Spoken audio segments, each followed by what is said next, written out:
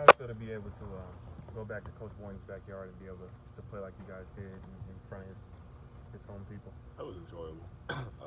Definitely not my first time in New York, but it feels great to go back and have a statement game like that when he's back at home. Everybody coming to see him. How was it for you going back? It was fun. Got some friends in the area, got to see me play. It's been a while, so definitely enjoyable to be back in that area.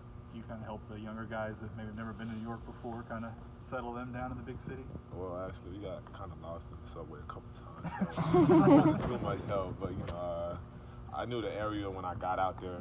Times Square a little bit. Where to go shopping at and whatnot. So it helped them a little bit with that one. So.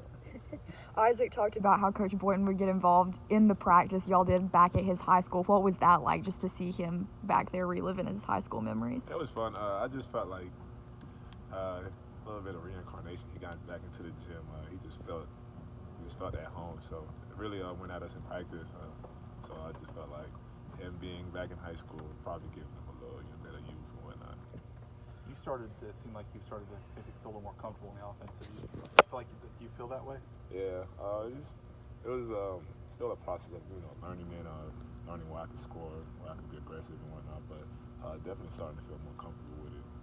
More than other guys, though, because of your experience, you played on two power, basketball teams and programs. You kind of realize, whether it's the team you've been on or teams you've played against, what it should feel like for a team getting better and going into a season.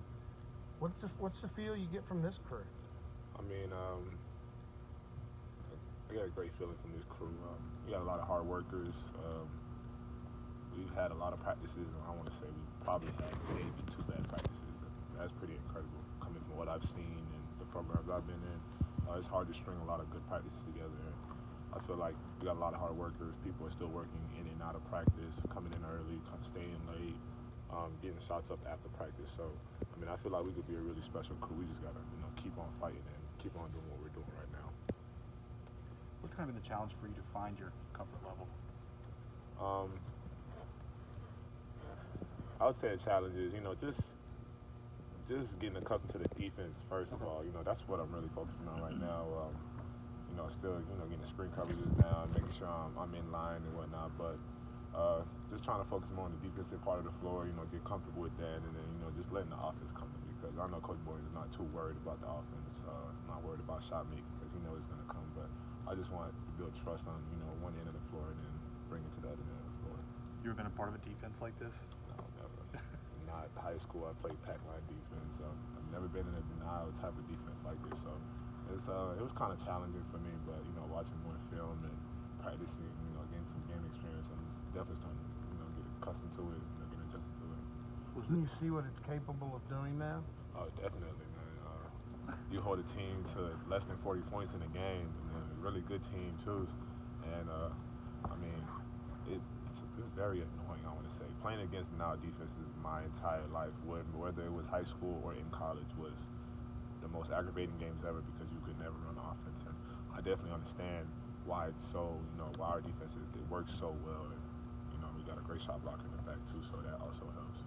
Being a part of a defensive system like this, how does that help your personal development, just being able to be a part of that? I definitely say it works on my anticipation. Never played in the passing lanes as much. Definitely, working on that, playing in the lane. Just being more aware, because now you got to be on high alert, back doors or whatever it may be. I just feel like it's keeping me more alert, keeping me more in tune with the game. That second three you hit is kind of contested. You got to step into it. Just what did those 2 shots, I guess, do for your confidence moving forward? I know I can make shots, man. And I know it's coming. Like Coach Boynton said, just keep on shooting. They're gonna fall. He's not worried about them, and I'm not too worried about it either. I know what I can do and what I bring, and I'm just trying to get going. With the high percentage that you shot from the 3, is it frustrating being 7 games in and your shot not really falling just yet? Yeah, you want to make everything, you want to be perfect, but I know at the end of the day, nobody can be perfect. You got to keep working towards your goal. So that's what I'm doing, man. To keep on putting shots up and keep shooting the ball. Does having a shot blocker like Yor back there change how aggressively you play defense on the perimeter sometimes? Definitely. You know, if you get blown by or if you're all the way up the line, and that was one of my problems. I didn't know how great of a shot blocker he was after he got that 8-block game. I forgot who it was. I understood why everybody plays defense the way they do, because you could play all the way up the floor, and if someone gets near that basket, the ball's on the backboard and they're gonna have court, and we're running that way. So definitely was hard getting accustomed to that because I never played with a shot blocker, but he definitely changes his game. Coming out of the second half against Syracuse, that guy kind of tried to dunk on Yor. What did you think of that block? Well, it's amazing. That was one of the best I've seen him have so far. Yeah, we were on the bench.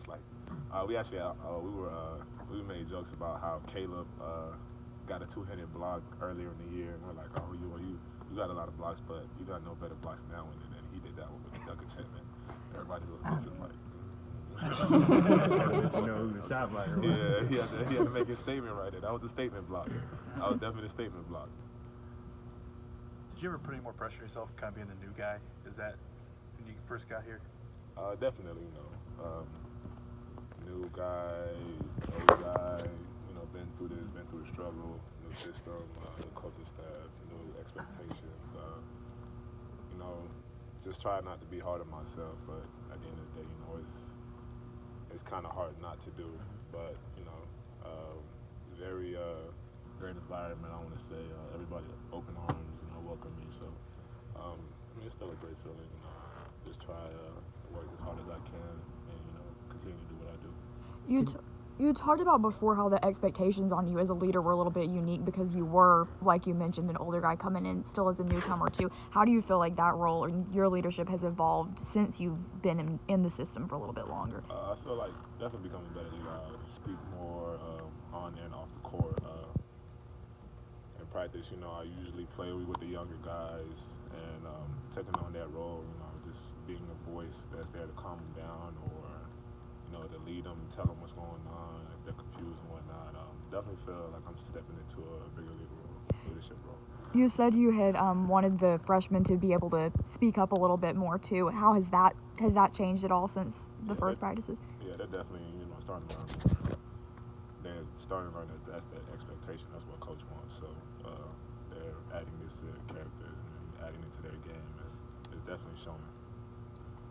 Can you talk about Isaac Likely stepping up so far this season?